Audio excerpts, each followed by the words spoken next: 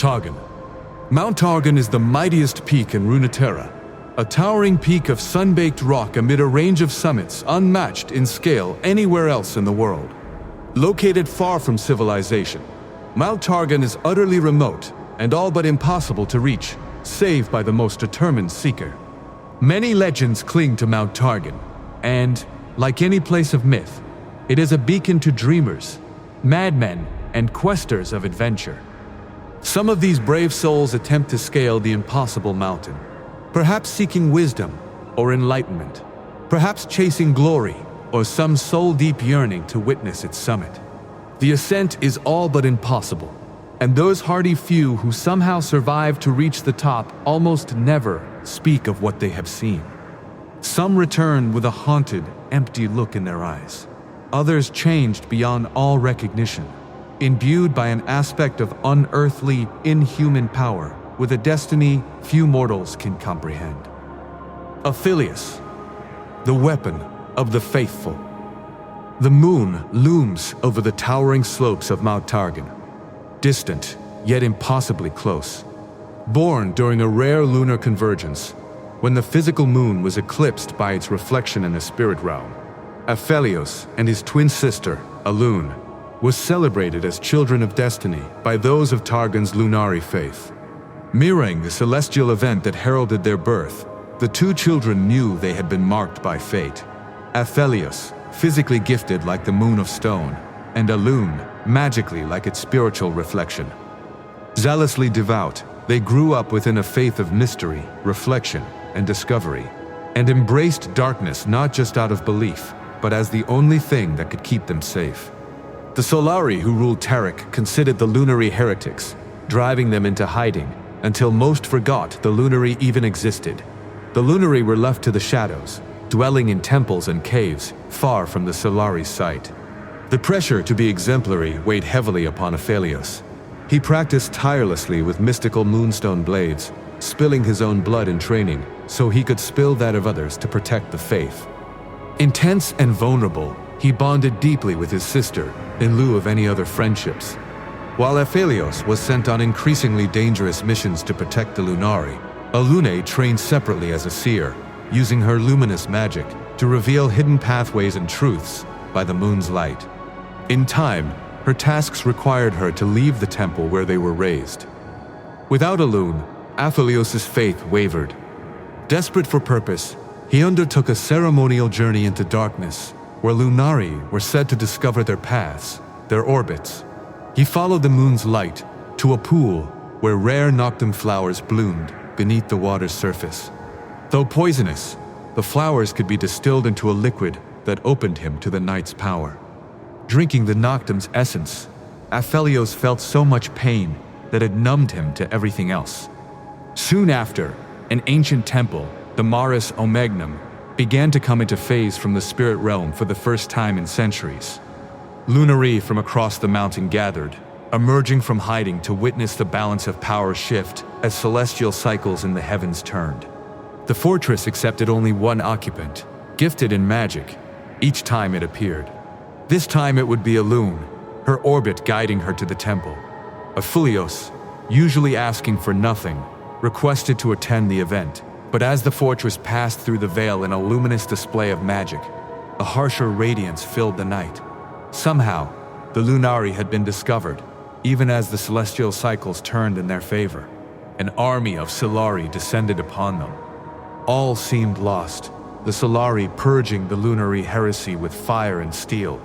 Even Aphelios was beaten, his moonstone blades shattered on the ground, blood spilling from his lips as he reached for the noctum. But as the battle raged, Alune traveled deeper into the temple, and when she reached its heart, her full potential unlocked. Through the noctum, Aphelios could feel Alune's power embrace him, and he could hear her voice. With a whisper, she pushed magic into his hands, a replacement for his blades solidifying into moonstone.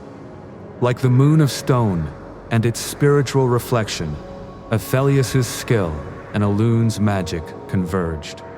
Those Solari would not live to see the sun again. As her power flared, Alune pushed the temple and herself within, back into the spirit realm, where it would remain safe from the Solari. From inside, amplified by the temple's focusing power, Elune was able to project her magic anywhere, so long as it found a focus, like the poison coursing through Aphelios' veins. Only now did they understand their destiny. Aphelios would hollow himself out with pain, but would become a conduit for the moon's power. Elune would live alone, isolated in her fortress, but she would guide her brother, able to see through his eyes. Together, they would be the weapon the Lunari needed, bound by pain and sacrifice. Only apart could they be together, their souls brushing across the veil, distant, yet impossibly close, converging into something they could not understand.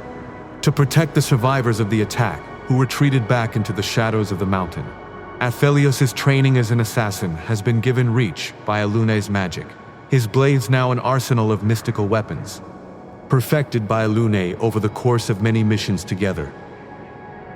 Now that the power balance of Targon is shifting, and the Solari know the Lunari still endure, Aphelios and Elune are needed more than ever. Diana, scorn of the moon. Diana did not belong on Mount Targon. A group of Solari hunters discovered her swaddled between her frost-claimed parents, strangers to this land, who had clearly traveled a long way. The hunters brought her to their temple, dedicated her, and raised her as a member of the tribes of the Last Sun, known to many as the Rakor. Like all of the Solari faith, she underwent rigorous physical and religious training. However, unlike others, Diana was determined to understand why the Solari act the way they do, and the reasoning behind their beliefs. She spent her evenings digging through the libraries, devouring texts with only pale moonlight to read by. Paradoxically, this pursuit provided more questions than answers, and her teacher's aphoristic replies did little to sate her inquisitive mind. When Diana began to notice tomes had whole chapters torn from them, and all references to the moon seemed missing, the teachers assigned harsh punishments, intending to exhaust her into devotion. Likewise, her fellow acolytes distanced themselves from her and her questioning. There was one shining beacon in these years of confused, frustrated isolation. Leona, the most devout of Diana's peers, they often found themselves in impassioned debate. Though one never swayed the other in their long and frequent conversations, they developed a close friendship. Then, one glorious night, Diana discovered a hidden alcove deep within the mountain.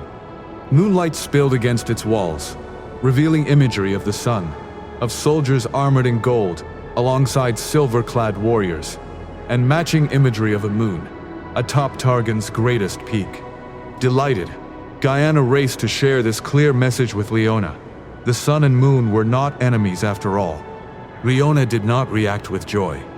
She urged Diana to put this heresy from her mind entirely, warning of the punishments that may befall her if she were to voice such thoughts to others. Diana had never seen her serious friend quite so grave. Frustration gnawed at her. She had reached the end of the Solari's knowledge, yet not even Leona would take this new discovery into account. What were the Solari hiding? Increasingly, Diana felt certain there was only one place she could go for answers: the top of Mount Targon. The climb tested her in every way imaginable, and time seemed to stand still as she scaled the peak. To survive, she focused her thoughts on her lone companion and the answers that would make the Solari better, more whole. The summit greeted her with the brightest, fullest moon she'd ever seen. After a rapturous moment, a pillar of moonlight slammed into her, and she felt a presence taking hold of her, sharing glimpses of the past and of another Rakor faith called the Lunari. Diana realized this presence could only be one of the legendary aspects, and she had been chosen as its host. When the light dissipated, her mind was again her own. Diana found herself clad in armor, holding a crescent blade, and hair once dark hair, now gleaming silver. She turned to find she was not alone. Leona stood at her side, similarly bedecked in shining golden battleplate, a sunbreak bright shield and sword in her hands. Diana was overjoyed to share in this revelatory moment with her friend, but Leona thought only of returning to the Solari. Diana begged her not to, desperate that they face this new future together. But Leona refused. and their disagreement quickly turned into a titanic battle, erupting with moonlight and sunfire. Fearful of losing herself to the aspect's power, Diana ultimately fled down the mountain. But, vindicated in her search, she felt more certain than ever that she had been right to question the Solari's teachings. It was time to confront them and show the error of their ways. Pushing past their Ra-Horak guardians, Diana burst into the chambers of the high priests. They listened with mounting horror as she told of what she had learned of the Lunari. And then, they denounced her as a heretic, a blasphemer, and a peddler of false gods. Rage filled Diana, amplified by the aspect within, and she embraced it in a terrible burst of moonlight. Startled, she fled a temple, leaving a trail of death in her wake. Now, driven by half-remembered visions and glimpses of ancient knowledge, Diana clings to the only truth she knows for certain: that the Lunari and the Solari need not be foes, and that there is a greater purpose for her than to be a Solari acolyte of Mount Targon. And though that destiny remains unclear, Diana will seek it out, whatever the cost. Leona, the Radiant Dawn. Among the Rakor tribes that dwell upon Mount Targon, the sun is sacred, and none venerate it more than the Solari. Children are raised from birth to honor it, and even to shed blood for it, until its aspect returns, heralding a grave threat they all must face. Leona was one such child. She took to the Solari faith as naturally as breathing, finding solace and warmth within its rigid structure. This manifested through her rapid achievement of excellence, her peers envious of her capability, willpower, and devotion. None doubted she would one day become one of the Ra-Horak, the holy warriors of the Solari. Though Leona flourished, she could not help but see her masters struggle with their most exasperating student, an orphan named Diana. Her curiosity was welcomed at first, but soon the teachers began to perceive Diana's questions as challenging the Solari ways. Leona watched Diana suffer punishment and isolation, but where others saw insolence, she saw a lost soul devoted to a search for meaning. Leona found her purpose in the Solari teachings and resolved to share it with Diana as even the most dutiful teachers forsook her. The two would debate late into the night, with Leona hoping to persuade Diana that everything she could ever want was there in the faith, waiting for her to accept it. Though she failed to win Diana over, Leona did find a friend. One night, Diana confided a secret to Leona. She spoke of discovering a hidden alcove in the mountain, an ancient place where the walls were etched with depictions of strange symbols and forgotten societies. When Diana mentioned climbing the summit of Mount Targon to learn more, Leona urged her to stop, seeking to protect her from the ire of the other Solari. Leona made Diana promise to abandon this search. Reluctantly, Diana agreed. Time passed, and the two never spoke of Diana's discovery again. Leona believed her friend had finally come to her senses. Her belief was shattered late one night, when she glimpsed Diana slipping out of the temple.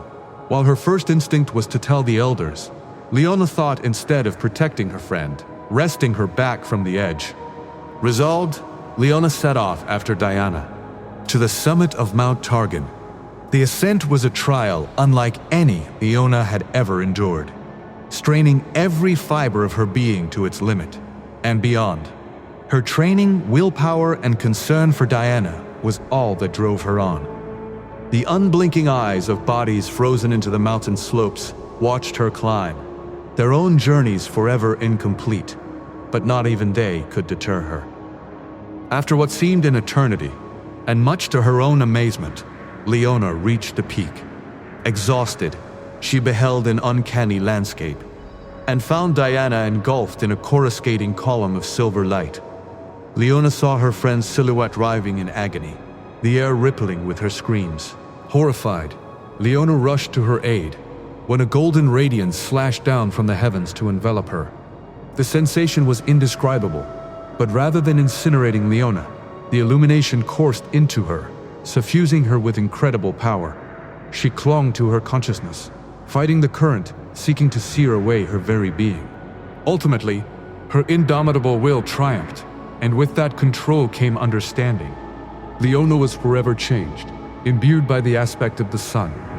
Destiny had selected her, and it was her duty to protect the Solari in the times to come. It was then that Leona saw Diana, clad in gleaming silver warplate, a strange reflection of the golden armor she discovered herself now wearing. Diana begged Leona to join her, to seek out answers the Solari could not offer. Leona demanded they return home and present themselves for the priest's judgment. Neither conceded, and they finally felt the weight of the weapons in their hands. Their combat was swift, a blistering clash between sun and moon, ending with Diana's crescent blade at Leona's throat. But, rather than delivering the killing blow, Diana fled. Devastated, Leona descended Targon and hurried to her elders. When she arrived, she found slaughter. Many Solari priests and their Ra-Harak guardians were dead, seemingly slain by Diana's hand. The survivors were awed by the presence of two aspects now in their midst, and Leona was committed to helping them navigate this new reality, the guiding light to her people, just as the sun had always been. She has sworn to find Diana, to preserve the dominance of the Solari, but also to help her old friend control the moon aspect's power before it destroys her. Pantheon, the unbreakable spear. Atreus was born on the hostile slopes of Targon, and named after a star in the constellation of War, known as the Pantheon. From an early age, he knew he was destined for battle. Like many in his tribe, he trained to join the Rakor's militant order, the Ra-Horak. Never the strongest or the most skilled warrior, Atreus somehow persevered, standing up, bloodied and bruised after each bout. In time, he developed a fierce rivalry with a fellow recruit, Pylus. But no matter how often Atreus was cast onto the stones, he stood back up. Pylus was impressed by his unrelenting endurance, and through the blood they spilled in the training circle, a true brotherhood was born. Atreus and Pylus were among the Rakor who stumbled across a barbarian incursion, surviving the ambush that left the rest of their patrol dead. When the aspect of the sun refused to destroy these trespassers, Atreus and Pylus swore to capture the power of the aspects themselves by climbing to the peak of Mount Targon. Like so many before them, they underestimated how arduous the ascent would be, with Pylus shivering his last upon finally reaching the summit. Only Atreus remained as the skies opened, making him host to a divine aspect with the power to take revenge. But it was not a man who returned to the Rakor afterward, spear and shield gleaming with celestial night. It was the aspect of war itself, the Pantheon. Judging Atreus unworthy, a warrior who had known only defeat, it had taken control of his body to pursue its own ends, a task it considered too great for mortal men. Cast into the furthest corners of his own mind, Atreus endured only vague visions as the aspect scoured the world for Darkin, living weapons created in a bygone age. Eventually, Pantheon was goaded into battle not far from Mount Targon by the Darkin Atrox, who sought the mountain's peak. Their fight raged into the skies and swept through the armies of men beneath until the impossible occurred. The Darkin's god-killing blade was driven into Pantheon's chest, a blow that carved the constellation of War from the heavens. But as the aspect faded, Atreus, the man it had considered weak, awoke once more. Impaled upon Atrox's blade, and with the power of the aspect's weapons dimming, he took a ragged breath and spit in the Darkin's face. Atreus sneered and left Atreus to die. Hours later, as the crows descended, Atreus painfully stood back up, stumbling back to the Rakor in a trail of blood.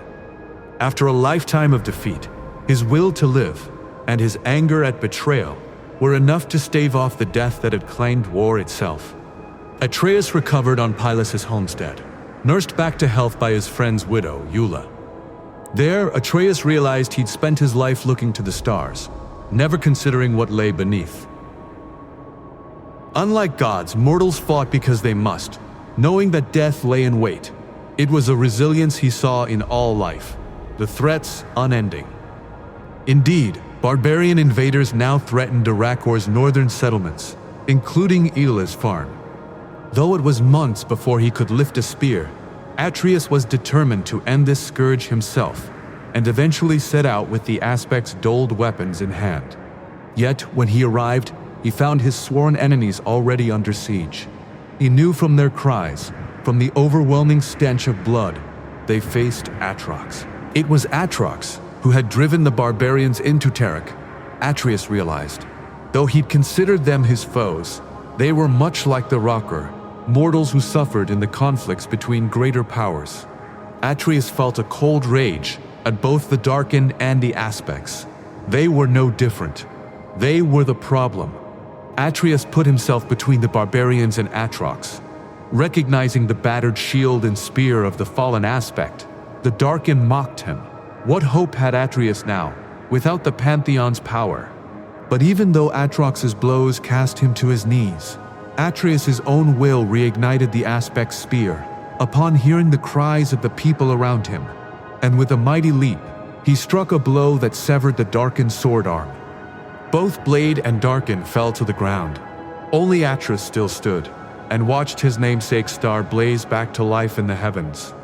Though he often yearned to return to Ula's farm, Atreus vowed that day to stand against Aspects, Ascended, demons, and any who wield power so great it can only destroy. Forsaking his own name, he has become a new Pantheon, the Aspect's weapons fueled by the will to fight that can only exist in the face of death. For with the divine Pantheon gone, war must be reborn in man. Soraka, the Star Child. An age ago, when time itself was young, the inhabitants of the celestial realm regarded the fledgling races of Runeterra with growing concern. These creatures deviated widely, unpredictably, and dangerously from the great designs intended for them by those above. The guidance and fates that had been woven into the night sky often went unseen, or worse, were misinterpreted by their simple mortal minds, leading to chaos, uncertainty, and suffering. No longer able to merely watch, one celestial being chose to descend to the mortal realm, determined to untangle the knots in the tapestry of the world. This child of the stars took on a form of flesh and blood, and though the powerful magic coursing through her veins burned this new body from the inside out, she knew her suffering meant little if she could help to heal all that was broken and incomplete. And so Soraka came to be, and set upon her journey to soothe the mortals she encountered. Even so, she quickly learned the capacity for cruelty that the peoples of Runeterra possessed. Whether on the battlefields of inescapable conflicts, in the seedy underbellies of sprawling cities, or on the frontiers of the untamed wilderness beyond them, there seemed to be no end to the fighting, betrayal, and suffering Soraka witnessed. She watched, helpless, as mortals ignorantly broke the threads of destiny they could have woven together. Their lives were too short, she reasoned. They were simply unable to see the greater patterns, now lost. But as Soraka lived among them, as one of them, trying to repair what little of the damage she could, something incredible and wholly unforeseen happened. From the snarls and tangles and knots, the messy breaks in the great patterns, Soraka noticed a new, unintended design emerging, intertwined, and of a staggering complexity. Unintended and wild, the mortals were forging new and unknown futures for themselves. From the celestial realm above, it had seemed like pure chaos. But with her new perspective, and blessed by the stars to stand against the erosion of time, Soraka now beheld an almost perfect beauty. Just as mortals had the deepest capacity for cruelty, so too did they possess infinite potential for kindness and inspiration to rival anything among the stars. Soraka realized her place was not to repair or replicate the celestial pattern. While a part of her craved the fixed, comforting destinies of the stars, she knew in her heart that static fates could not contain the unbridled, dynamic potential of mortality. And so her work took on renewed vigor, driven to unlock the untapped possibilities of all she met. Soraka sought now to inspire and guide rather than shepherd, to see what unblazed trails each mortal would discover for themselves in their brief, radiant moment. Over the millennia, legends of the Star Child have filtered through all the lands of Runeterra. Some tribes of the Freljord still speak of a far wanderer, a horned healer who soothed the icy bite of the most brutal winters. In the depths beneath Zorn, rumors float of a lilac-skinned medic who would purify weary lungs from the ravages of the alchemical gray. In troubled Ionia, the oldest myths of the Vastiashai recall a seer who communed with the stars themselves and called upon their light both to heal the wounded and scorch those who would do further harm to the First Lands. Currently, Soraka calls the westernmost peaks of Targon her home.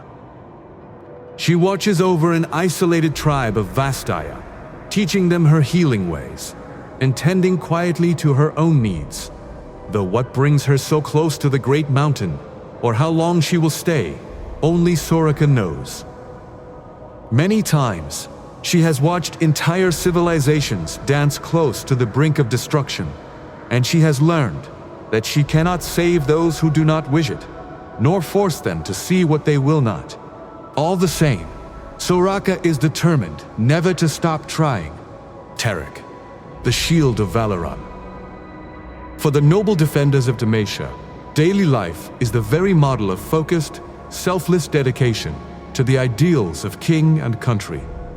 Called upon to continue his family's long tradition of military service, Taric never dreamed of shirking that responsibility, though he would not limit or define exactly whom and what he would protect. The young warrior trained hard and possessed great martial skill. Even so, in his scant hours of free time, he would find other ways to serve his homeland. He volunteered with the Illuminators, tending the sick or helping rebuild homes damaged by flooding.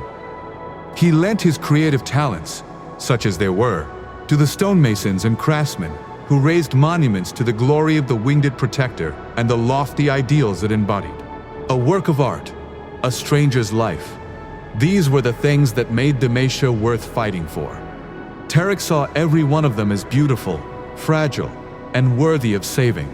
Fortunately, his disarming manner and innate warmth allowed him to brush aside any criticism from his fellow soldiers or commanding officers. He rose modestly through the ranks, and even fought beside a young Garen Cromguard. Ironically, it was Taric's steady rise that would bring about his eventual downfall, at least as far as Demacia was concerned.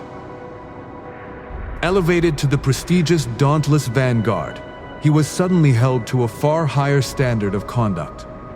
No more would he be allowed to roam the forests looking for glimpses of some rare animal, neglect combat drills to sit in a tavern and listen to a bard's simple ballad, or skip line inspections to ride out and observe the silver cloak of night settling across the hinterlands.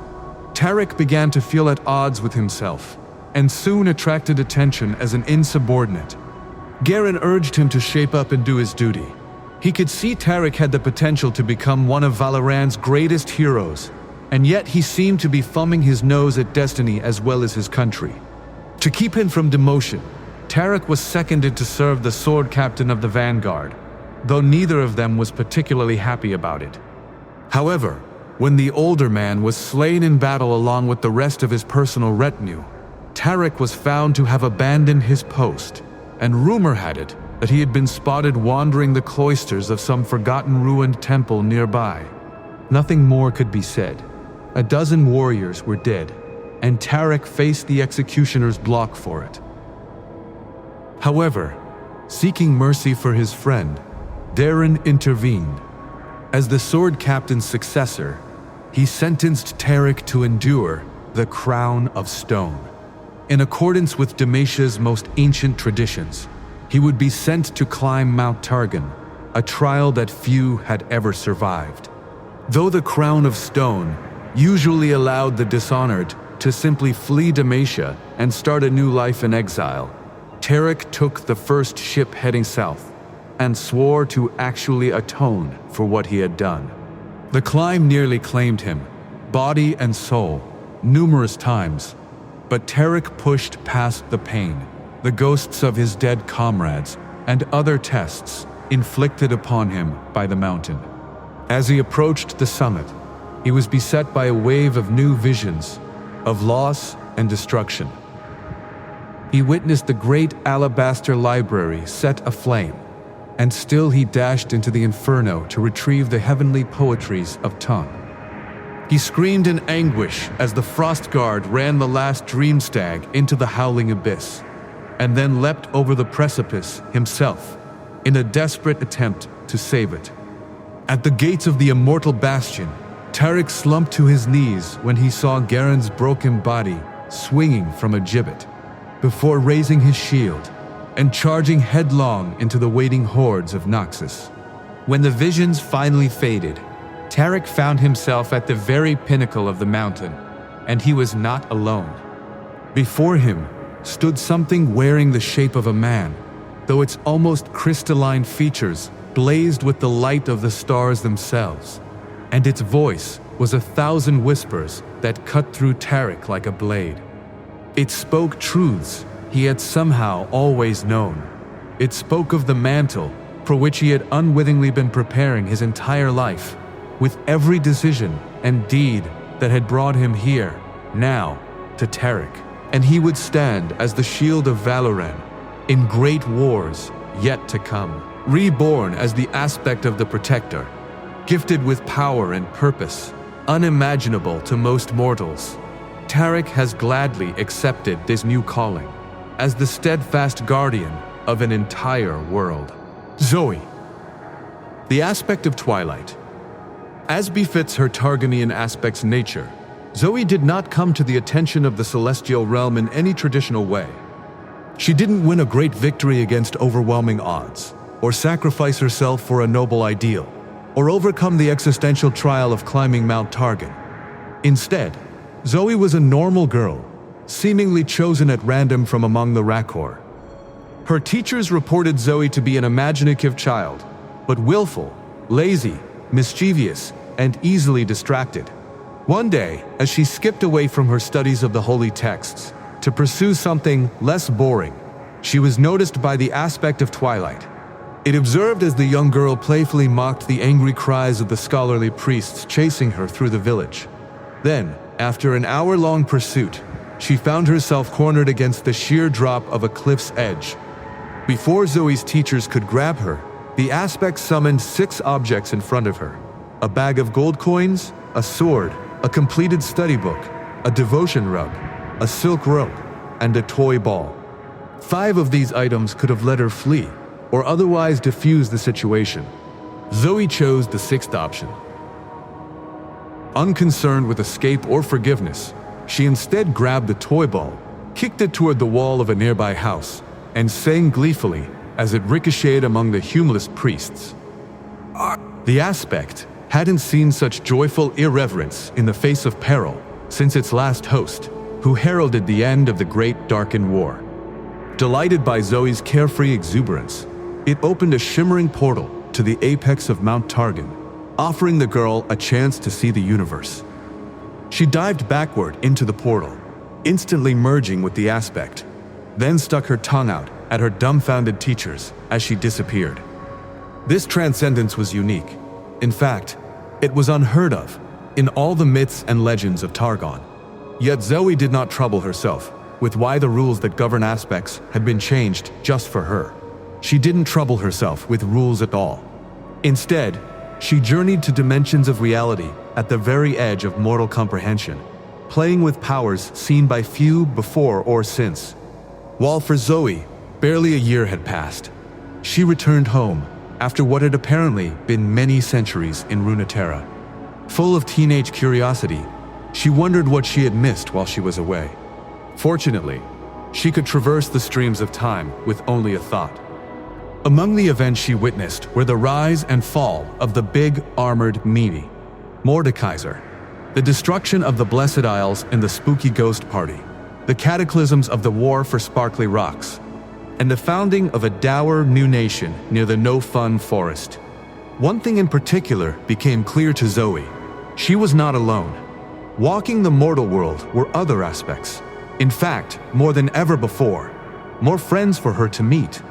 But they brushed her aside time and again, seeming rather preoccupied with whatever it was they were doing in the spaces between realms. Intrigued, Zoe traveled to the stars, where she found the great cosmic dragon, Aurelion Sol. Although he clearly despised her, as he did all of her kind, Zoe always returned to the dragon's side, trying to discover what aggrieved him. From his bombastic and self-aggrandizing diatribes, she gleaned that her fellow aspects had humiliated him, crowning him with a cursed artifact to siphon away his power. Zoe felt sorry for this poor space doggy and vowed to do what she could to protect him. For his part, Aurelion Sol has at least stopped threatening to destroy her when he eventually takes his long-overdue vengeance. Whether Zoe's curious relationship with the Star Forger is due to a mere whim, possessiveness, or her function as a cosmic disruptor, no one can be certain. For the scholars and mystics of Mount Targon, the emergence of an aspect is usually a joyous occasion, but Zoe's unpredictability gives them pause, as not even she knows what her presence could portend. The only certainty is that Runeterra is on the brink of a profound transformation, one that may come at the cost of chaos, destruction, and blood.